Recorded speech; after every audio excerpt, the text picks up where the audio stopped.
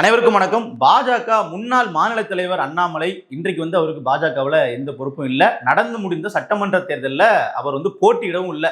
அவர் தற்பொழுது புதிய கட்சி தொடங்குவதற்கான எல்லா வேலைகளையும் சைலண்டா பண்ணிட்டு இருக்காரு.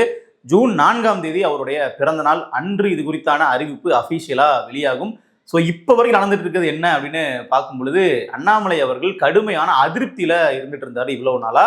அதாவது கட்சியில அவருடைய மாநில தலைவர் பதவி பறிக்கப்பட்டது அப்படிங்கிறதே ஒரு பெரிய அதிர்ச்சி தான். ஏன்னா ஒரு முறையும் கண்டிப்பா மாநில தலைவர் பதவியை மாற்றியே ஆகணும் அப்படிங்கிறதுலாம் இல்ல. இவர்கள் விருப்ப மனு கொடுத்தாங்கன்னா அதை மேலிடத்துல பரிசீலனை பண்ணாங்க அப்படின்னா தொடர்றதுக்கு அனுமதி கொடுக்கலாம். அப்படி இல்லைன்னா கூட அண்ணாமலை கிட்ட இருந்து மாநில தலைவர் பதவியை பறிச்சாலோ அவருக்கு ஒரு கவர்னர் போஸ்டோ இல்ல தேசிய அளவில் உயர்ந்த போஸ்டோ கொடுப்பாங்க அப்படின்னு சொல்லி பார்க்கப்பட்டது. இது எதுக்காக சொல்லப்பட்டதுன்னா, கிட்டத்தட்ட 3 விழுக்காடு வாக்கு வங்கி வச்சிருந்த பாஜகவை தமிழ்நாட்டில் 11 விழுக்காடு வாக்கு வங்கி உள்ள ஒரு கட்சியாக உயர்த்தி இருந்தாரு அப்படிங்கிறலாம் பாஜக ஆதரவாளர்களால் பெரிய அளவில் கொண்டாடப்பட்ட ஒரு நபர். பாஜக இன்னைக்கு தமிழ்நாட்டு அரசியல்ல பேசு பொருளா இருக்குன்னா அதுக்கு காரணமே அண்ணாமலை தான். நோட்டாவுக்கு கீழே இருந்த கட்சியை அதிமுகவுக்கு இணையா வளர்த்து கொண்டு வந்தவர் அண்ணாமலை அப்படிங்கிற மாதிரிலாம் பாஜகன்ற கட்சியை வளர்த்ததற்கு அண்ணாமலை கிரெடிட்ஸ் உண்டு. ஸோ அந்த இடத்துல அண்ணாமலைக்கு ஒரு மிக உயர்ந்த பதவி கிடைக்கும், அண்ணாமலையோட தலைமையில தமிழ்நாடு பாஜக இன்னும் வளரும் அப்படிங்கிற மாதிரி எதிர்பார்த்துட்டு இருந்த அந்த புதிய பாஜக ஆதரவாளர்களுக்கு ஒரு கடும் அதிர்ச்சி. அண்ணாமலை அவர்கள் அப்படியே ஓரம் கட்டப்பட்டாரு. அவருக்கு எந்த பொறுப்பும் கொடுக்கல. சொல்லப்போனா நடந்து முடிந்த சட்டமன்ற தேர்தலில் இவர் கேட்ட தொகுதியில சீட்டு கொடுக்கல. ஸோ இவர் ஒரு சில தொகுதிகளில் பாஜக எங்கெல்லாம் வலிமையா இருக்கோ அங்கெல்லாம் சீட்டு கிடைக்குன்னு சொல்லி எதிர்பார்த்தாரு. ஆனா அந்த தொகுதிகளில் இவருக்கு கொடுக்கல. ஸோ அதுல அதிமுகவோட ரோல் முக்கியமானது. திமுக அமைச்சர்கள் எங்கெல்லாம் நிற்கிறாங்களோ அந்த தொகுதிகளெல்லாம் எடப்பாடி பார்த்து பிஜேபிக்கு கொடுத்துட்டாரு. அதுலேயே பாத்தீங்கன்னா வெற்றி வாய்ப்பு அப்படிங்கிறது பாஜகவுக்கு மிகப்பெரிய அளவுல குறைஞ்சிருச்சு. கிட்டத்தட்ட 29 இடங்கள்ல போட்டிட்டு ஒரே ஒரு இடத்துல ஊட்டியில மட்டும்தான் பாஜக வென்றிருக்கிறாங்க. ஒரு சீட்டுக்கு வந்துருச்சு பிஜேபி. ஆக்சுவலா கடந்த சட்டமன்ற தேர்தலில் கூட 4 சீட்டுகள் வச்சிருந்தாங்க. இந்த முறை ஒரு சீட்டுக்கு போயிட்டாங்க. ஸோ அது ஒரு மிகப்பெரிய ஒரு பாஜக ஒரு பின்னடைவு தான். அப்ப இந்த இடத்துல மறுபடியும் அண்ணாமலையை மாநில தலைவராக கொண்டு வருவாங்க அப்படின்னு சொல்லி பலராலும் எதிர்பார்க்கப்பட்டது. ஏன்னா நயனா நாகேந்திரன் அவர்களே தோத்துட்டார். ஒரு கட்சியினுடைய மாநில தலைவரே அதுவும் தேசிய கட்சியினுடைய மாநில தலைவரே தோக்குறாரு அப்படிங்கும்போது அது ஒரு மிகப்பெரிய பின்னடைவு. இதை சரி கட்டணும் அப்படின்னா மறுபடியும் அண்ணாமலையை பாஜகவினுடைய முகமாக கொண்டு வரணும் அப்படிங்கிறது பாஜகவின் உள்ள அந்த ஒரு அடிமட்ட தொண்டர்களினுடைய எதிர்பார்ப்பா இருந்துச்சு. ஆனா கட்சி மேலிடம் எடுத்த முடிவு வேற. நயினார் நாகேந்திரன் அவர்கள் நிதின் நபீன் அவர்களை போய் சந்திக்கிறாரு, பாஜகவினுடைய தேசிய தலைவர். ஸோ அவர் என்ன முடிவு எடுக்கிறாங்க அப்படின்னா, இவரவே விருப்ப மனு கொடுக்குறாரு. எனக்கு மாநில தலைவர் பதவியில் நான் தொடர விருப்பப்படுகிறேன் அப்படின்னு விருப்ப மனு கொடுக்குறாரு. அவர்களும் அந்த விருப்ப மனுவை ஏத்துக்கிறாங்க. ஸோ இப்போ வரைக்கும் நயனா நாகேந்திரன் அவர்கள் தான் மாநில தலைவர். ஸோ அவர் தொடர்றதுக்கான வாய்ப்புகள் தான் இருக்கு. ஸோ தெளிவா தெரிகிற விஷயம் என்ன அப்படின்னா, அண்ணாமலை அவர்களுக்கு இனிமே மாநில தலைவர் பதவி கொடுப்பதற்கு டெல்லி தலைமை தயாராக இல்லை. ஸோ அது கீழ்மட்ட தொண்டர்கள் கேட்கறதுனால அப்படிங்கிறதுலாம் இல்லை.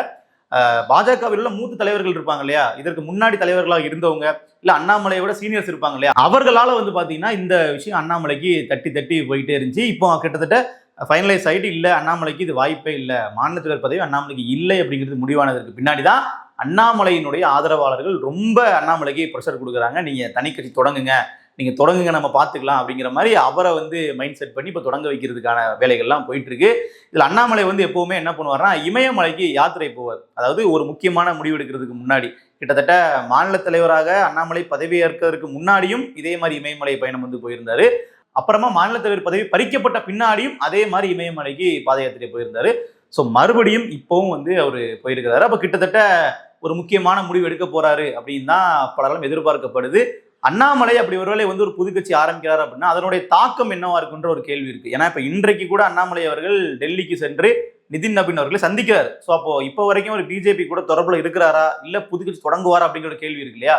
அதற்கு என்ன நமக்கு பார்க்க வேண்டியது இருக்கு அப்படின்னா, அண்ணாமலை அவர்கள் டெல்லியில பல நண்பர்களை வச்சிருக்கிறாரு. இன்னும் சொல்ல போனா டெல்லி பாஜக தலைவர்கள் கிட்ட ரொம்ப நெருக்கமான ஒரு நபர் தான் அண்ணாமலை. நீங்க பாத்தீங்கன்னா அமித்ஷா அவர்களோ மோடி அவர்களோ வந்தாங்கன்னா அண்ணாமலை தோல்ல தட்டி கொடுப்பாங்க, கையெல்லாம் கொடுப்பாங்க. ஸோ ரொம்ப நெருக்கமா இருப்பாங்க. மற்ற தலைவர்களை காட்டிலும் அண்ணாமலைக்கு ஒரு தனி மவுஸ் உண்டு பிஜேபி டெல்லி தலைமை கிட்ட. அதாவது கிட்டத்தட்ட ஒரு மாநில தலைவராகவே இல்லாத போதும் இந்த நெருக்கம் அவர்கள் காட்டுவாங்க. பதவிக்காக இல்ல, தனிப்பட்ட முறையிலையும் ரொம்ப பழக்கம் உண்டு.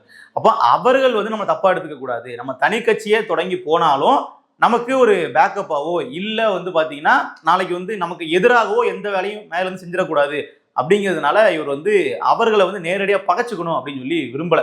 அதனாலதான் பாத்தீங்கன்னா இன்றைக்கான டெல்லி பயணம்லாம் கிட்டத்தட்ட ஒரு என்ன சொல்றது, ஒரு தூதா கூட இருக்கலாம். நான் இந்த மாதிரி தனியா ஆரம்பிக்கிறேன், எனக்கு என்னால இதுக்கு மேல இங்க இருந்து வளர முடியாது, நான் அடுத்த கட்டத்துக்கு போகணும் அப்படின்றதுக்கான ஒரு அச்சாரமா கூட இன்றைய டெல்லி பயணம் வந்து இருக்கலாம்னு பார்க்கப்படுது. ஸோ அந்த வகையில தான் அண்ணாமலை ஒரு தனி கட்சி தொடங்கினார் அப்படின்னா அதனுடைய தாக்கம் எப்படி இருக்கும்னு பார்க்கும் பொழுது நிச்சயமா இளைஞர்கள் மத்தியில அண்ணாமலைக்கு ஒரு ஆதரவு தளம் உண்டு, அது மறுப்பதற்கே கிடையாது. ஏன்னா அவருடைய ஸ்டாண்ட் அப்படிங்கிறது நேரத்துக்கு நேரம் அப்படியே வந்து மொத்தமா அவர் வந்து மாற்றல. நீங்க நல்லா பாத்தீங்கன்னா இவருடைய தலைமையில் இருக்கும்போது தான் அந்த அதிமுக பாஜக கூட்டணி அப்படிங்கிறது உடையுது. பாஜக தலைமையில ஒரு அணி வந்து உருவாகுது. அந்த அணி ஏடிஎம்கேக்கு டஃப் கொடுக்குற மாதிரி கிட்டத்தட்ட பாஜக தலைமையிலான கூட்டணி 18 விழுக்காடு வாக்குகளை வாங்குது. அதிமுக தலைமையிலான கூட்டணி 21 விழுக்காடு வாக்குகள் தான் வாங்குறாங்க. மொத்தமாவே வந்து ஒரு 3 விழுக்காடுகள் தான் வாக்கு வித்தியாசமா அதிமுகவுக்கும் பாஜகவுக்கும் அப்படின்னே வந்து பேச வைத்த ஒரு சமயம் தான் 2024 நாடாளுமன்ற தேர்தல். ஸோ அப்போ அந்த சமயத்திலிருந்தே அண்ணாமலைக்கான ஒரு எதிர்பார்ப்பு, அண்ணாமலை தலைமையில் சந்திச்சோம் அப்படின்னா பாஜக வளர்ச்சி அடையும் அப்படிங்கிற ஒரு பார்வை வந்து புதியதாக கட்சியில் இருந்த நபர்களுக்கு உருவாயிருக்கு. இப்போ இன்றைக்கு வரைக்கும் பார்த்தீங்கன்னா அண்ணாமலையினுடைய ஆதரவாளர்களாக பாஜகவில் உள்ளவர்கள் இளைஞர்களாக இருப்பாங்க, புதுசாக வந்தவங்களாக இருப்பாங்க. ஸோ அப்படிப்பட்டது தான். அதே மாதிரி எதிர்கட்சியில் இருக்கக்கூடியவங்களை கூட வந்து ஒரு வேல்யூ பண்ற இடத்துல நிறைய இடங்கள்ல இருக்காரு அண்ணாமலை. அவர் வந்து ரொம்ப மட்டம் தட்டி பேசுறதோ இல்லை கேலி பண்ணி பேசுறதோங்கிறது பெரிய அளவில் இருக்காது. கிட்டத்தட்ட சீமான் அவர்கள் குறித்தே பல இடங்கள்ல வந்து அண்ணாமலை அவர்கள் பாசிட்டிவா தான் பேசியிருப்பார். 2024 தேர்தலுக்கு முன்னாடி நாம் தமிழர் கட்சியே ஒன்று இருக்காது அப்படின்லாம் பேசினதும் அவர் தான். ஆனா தேர்தல் முடிவை பார்த்ததுக்கு பின்னாடி உண்மையிலேயே நாங்கள் எதிர்பார்க்காத ஒரு வாக்குகளை சீமான் அவர்கள் பெற்றிருக்காரு. 8 விழுக்காடு அப்படிங்கிறது ஒரு சாதாரண விஷயம் இல்லை. தனியார் என்று அங்கீகரிக்கப்பட்ட கட்சியாக மாறி இருப்பது அப்படிங்கிறது ஒரு பெரிய விஷயம்னு அந்த அங்கீகாரத்தை அந்த மதிப்பை வந்து வெளிப்படையாக சொன்னவர். ஏன்னா மற்ற கட்சி தலைவர்கள் அப்படி சொல்ல மாட்டாங்க, இது வரைக்கும் யாரும் அப்படி சொன்னது இல்லை அப்படிங்கிற பட்சத்துல அந்த ஒரு எண்ணமும் அண்ணாமலை அவர்களுக்கு உண்டு. ஸோ இன்னொன்று, அதிமுக கூட்டணியில் இருந்தாலும் ஜெயலலிதா அவர்கள் ஒரு A1 குற்றவாளி தான், அவர்கள் வந்து ஒரு ஊழல் குற்றவாளி தான் அப்படிங்கிறதையும் பதிவு பண்ணாரு. ஸோ கிட்டத்தட்ட அந்த பதவியில் இருக்கிறதுனால சில விஷயங்களை வந்து ஒளிவு மறைவாக தான் வச்சு ஆகணும், பேசக்கூடாது அப்படிங்கிற மாதிரிலாம் பல இடங்கள் இல்லை. இவர் மாநிலத்தில் இருக்கும்போது பல விஷயங்கள் இது மாதிரி வெளிப்படையா துணிச்சலா வந்து பேசியிருக்கிறாரு. ஸோ அதே மாதிரி திமுக தரப்புலையும் டிஎம்கே ஃபைல்ஸ் 1, 2ன்னு சொல்லி ரிலீஸ் பண்ணது, திமுக அமைச்சர்களுக்கு சிக்கலை ஏற்படுத்தினது, செந்தில் பாலாஜி அவர்கள் வந்து கைதாகிறதுக்கு காரணம் அமைஞ்சது அப்படிங்கிற மாதிரி பல விஷயங்கள்ல இவருடைய ரோலும் வந்து உண்டு. ஸோ இவர் ஒரு கட்சி ஆரம்பிக்கிறார் அப்படிங்கிறப்போ நிச்சயமா இன்றைக்கு இருக்கக்கூடிய இளைஞர்கள் மத்தியிலையும் ஒரு ஆதரவு தளம் உருவாகும். ஸோ இது ஒரு பக்கம் தமிழக அரசியல்ல ஒரு முக்கியமான பேசுபொருள் இருக்கக்கூடிய சூழல்ல. இன்னொரு விஷயம் பார்த்தீங்க அப்படின்னா சீமான் அவர்களுடைய ஒரு புதிய முடிவு, பத்திரிகையாளர்களை இதற்கப்புறம் அனாவசியமாக சந்திப்பதே இல்லை அப்படிங்கிற முடிவை சீமான் அவர்கள் ரொம்ப தீர்க்கமா எடுத்திருக்கிறாரு. இப்போ சமீபத்துல காரைக்குடியில வந்து பாத்தீங்கன்னா சீமான் அவர்கள் ஒரு கூட்டத்துக்கு போகும்பொழுது அங்க வந்து செய்தியாளர்கள் வந்து மைக்கை கொண்டு நீட்டுறாங்க. அதுல தேசிய ஊடகங்களும் இருக்கிறாங்க. யாருக்கும் பதில் சொல்லாம சீமான் அவர்கள் வேண்டாம் அப்படின்னு சொல்லிட்டு அந்த போன விஷயம் இருக்கு இல்லையா, அது ஒரு மிகப்பெரிய முக்கியமான திருப்புமுனை நாம் தமிழர்ல. ஏன்னா சீமான் அவர்கள் இப்படி ஒரு விஷயத்தை வந்து தவிர்ப்பாரா, பேட்டி கொடுக்கறதுக்கான ஒரு வாய்ப்பை தவிர்ப்பாரா அப்படின்னு பாத்தீங்கன்னா கடந்த காலங்கள்ல அப்படி ஒரு சம்பவமே கிடையவே கிடையாது. அதை விமான நிலையத்துக்கு வந்து போகும்போது ஒரு பேட்டி, விமான நிலையத்துக்கு போயிட்டு விமானத்துல போய் அந்த இன்னொரு இடத்துக்கு சேர்ந்ததுக்கு அப்புறம் அங்க ஒரு பேட்டி, அந்த நேர இடைவெளி ரொம்ப குறைவாக இருக்கணும், 2 பேட்டி கொடுத்துருப்பாரு. ஒரு நாளைக்கும் 2-3 பேட்டி கொடுப்பாரு. அதுவும் ஒரு பேட்டி மணியான கணக்கில் போகும்.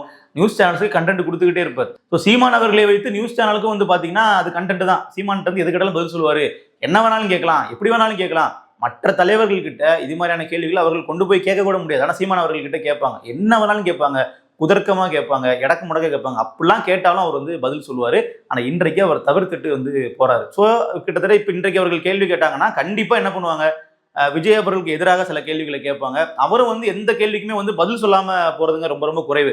நிச்சயமா வந்து பதில் சொல்லுவாரு. அந்த பதிலை எடுத்துட்டு அது வேணும்னே வந்து விஜய் மேல வன்மத்துல பேசுறாரு அப்படிங்கிற மாதிரி பரப்புறதுக்கான ஒரு திட்டத்தை ரெடியா வந்து வச்சிருப்பாங்க. ஸோ கிட்டத்தட்ட அதனாலேயே ஒரு அவாய்ட் பண்ணிட்டு போறாரான்னு தெரியல.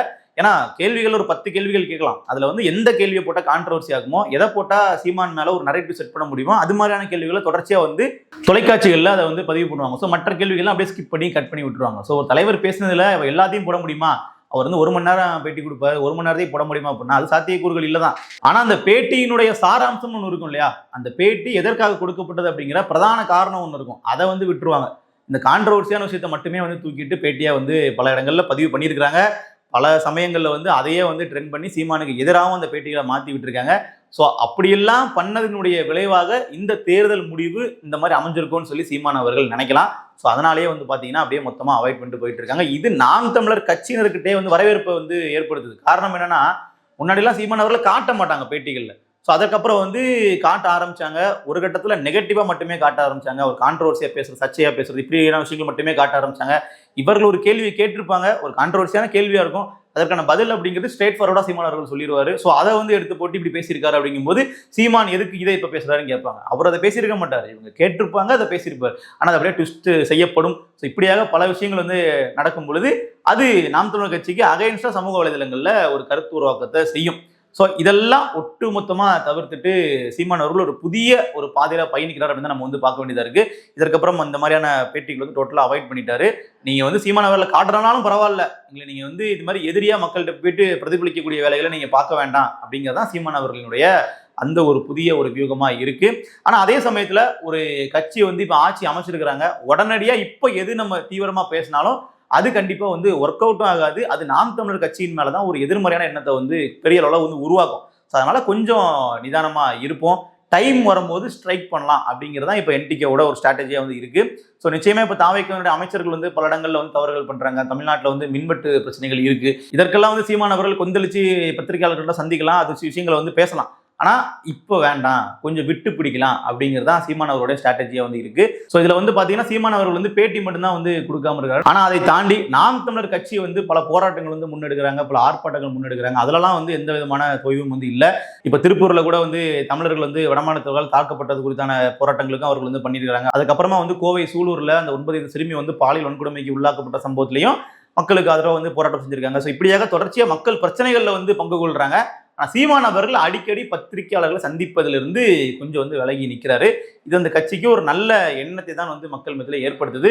ஸோ இப்போ நீங்க பாத்தீங்கன்னா எடுப்புல திமுக வந்து அப்படி எல்லாத்துக்கும் வந்து டிவிக்கு வந்து விமர்சனம் பண்ண ஆரம்பிக்கும் போது அது எப்படி போய் நிக்குது அப்படின்னா, ஏற்கனவே நீங்க தானே ஆளுங்கட்சி, நீங்களாம் அதை கேட்கறதுக்கு தகுதி இருக்கா அப்படிங்கிற கேள்விதான் அதிகப்படியா திமுக பார்த்து வந்து கேட்கப்படுது. ஸோ கிட்டத்தட்ட அதிமுக எடுத்துக்கிட்டோம்னா அவர்களுக்கு அந்த உட்கட்சி பிரச்சனையே இன்னும் முழுசா சால்வ் ஆகி ஒரு நிலைமைக்கு அவர்கள் வரல. எடப்பாடி அவர்கள் கட்சியை தக்க வச்சிட்டாரு. எடப்பாடி தான் வந்து பொதுச்செயலாளர் அப்படிங்கிறத அனைவருமே ஏத்துக்கிட்டாங்க. ஆனா அவர்கள் இன்னும் மக்கள் பிரச்சனையில பெரிய அளவுல குரல் கொடுக்க தொடங்கல. அவர்கள் ஒரு பிரதான எதிர்க்கட்சியா இல்லை அப்படிங்கும் போது அவர்களுக்கான அங்கீகாரமும் இதுக்கப்புறம் இருக்குமான்றதும் ஒரு கேள்வி. ஏன்னா அவர்கள் ஒரு விஷயத்த வந்து ஒரு கேள்வி எழுப்புனாங்க அப்படின்னா, இதுக்கு முன்னாடியும் எதிர்க்கட்சியா இருக்கும் போதே வந்து பாத்தீங்கன்னா பெரிய அளவுல அது ஒரு மக்கள்கிட்ட ஒரு நரேட்டிவா போய் சேராது. இப்ப திமுக ஒரு விஷயத்த வந்து பண்ணாங்கன்னா ஊடகங்கள்லாம் ஆளுங்கட்சியா இருக்கும்போது அவரோட கைக்குள்ள இருக்கும். ஆளுநருக்கு எதிராக ஒரு ஸ்டாலின் அவர்கள் கடிதம் எழுதினாலும் கூட அது ஏதோ ஒரு பெரிய போராட்டம் மாதிரி ஊடகங்கள் கட்டமைப்பாங்க. ஸோ இன்றைக்கு திமுக நடக்காது. இருந்தாலும் அவர்கள் பிரதான எதிர்க்கட்சி, சட்டமன்றத்தில் அவர்கள் எதிர்க்கட்சியா இருக்கிறாங்க. ஸோ அதிமுக எடுத்துக்கிட்டோம் அப்படின்னா அவர்களுக்கு முன்னாடி கிடைச்ச வீச்சு இப்போ வந்து கிடைக்காது. ஸோ அவர்களுடைய வாய்ஸ் கொஞ்சம் கம்மியா இருக்கும். ஸோ என்டிகே பொறுத்தளவுல சமூக வலைதளங்கள்ல அவர்கள் முன்னெடுக்கக்கூடிய போராட்டங்கள்லாம் பெரிய அளவுல பேசப்படும் பொருளாக தான் இருக்கும். அது இப்போ வரைக்கும் அப்படிதான் இருக்கு. ஆனா அதற்கு கொஞ்சம் அவர்கள் நேரம் வந்து எடுத்துக்கிறாங்கன்னு சொல்லணும். ஏன்னா இப்போ இன்றைக்கு அளவுல பெரிய அளவில் டிவிக்கு கையன்ஸ்டா ஒரு ஹேஷ்டாக் ட்ரெண்ட் பண்றதோ இல்ல வந்து விஜய் அவர்களுக்கு எதிராக ஒரு பெரிய முன்னெடுப்பு எடுக்கிறதோ இப்போ வரைக்கும் அவர்கள் வந்து பண்ணல. ஆனாலும் தமிழ்நாட்டுடைய முதலமைச்சர் வந்து விஜய் அவர்கள் தான். விமர்சனங்களை வைக்கக்கூடிய இடத்துல தான் விஜய் அவர்கள் இருக்கிறார் இன்றைக்கு. அதனால வந்து அதிகப்படியான கேள்விகள் வந்து கேட்கப்படும். ஆனா சிறிது காலம் கழித்து இவர்கள் அதை பண்ணுவாங்கன்றதான் நம்ம இப்போ எதிர்பார்க்க வேண்டியதா இருக்கு. அதுதான் என்டிகேவினுடைய புது ஸ்ட்ராட்டஜியை நம்ம பார்க்க வேண்டியதா இருக்கு. ஸோ பொறுத்திருந்து பார்க்கலாம் அரசியல் களம் எப்படி அமைது, அண்ணாமலை அவர்களினுடைய அந்த ஒரு புதிய முன்னெடுப்பு எந்த அளவுக்கு தாக்கத்தை ஏற்படுத்துது, சீமான் அவர்களினுடைய இந்த வியூகம் வந்து எந்த அளவுக்கு பலன் அளிக்குது அப்படிங்கிறதெல்லாம். நன்றி.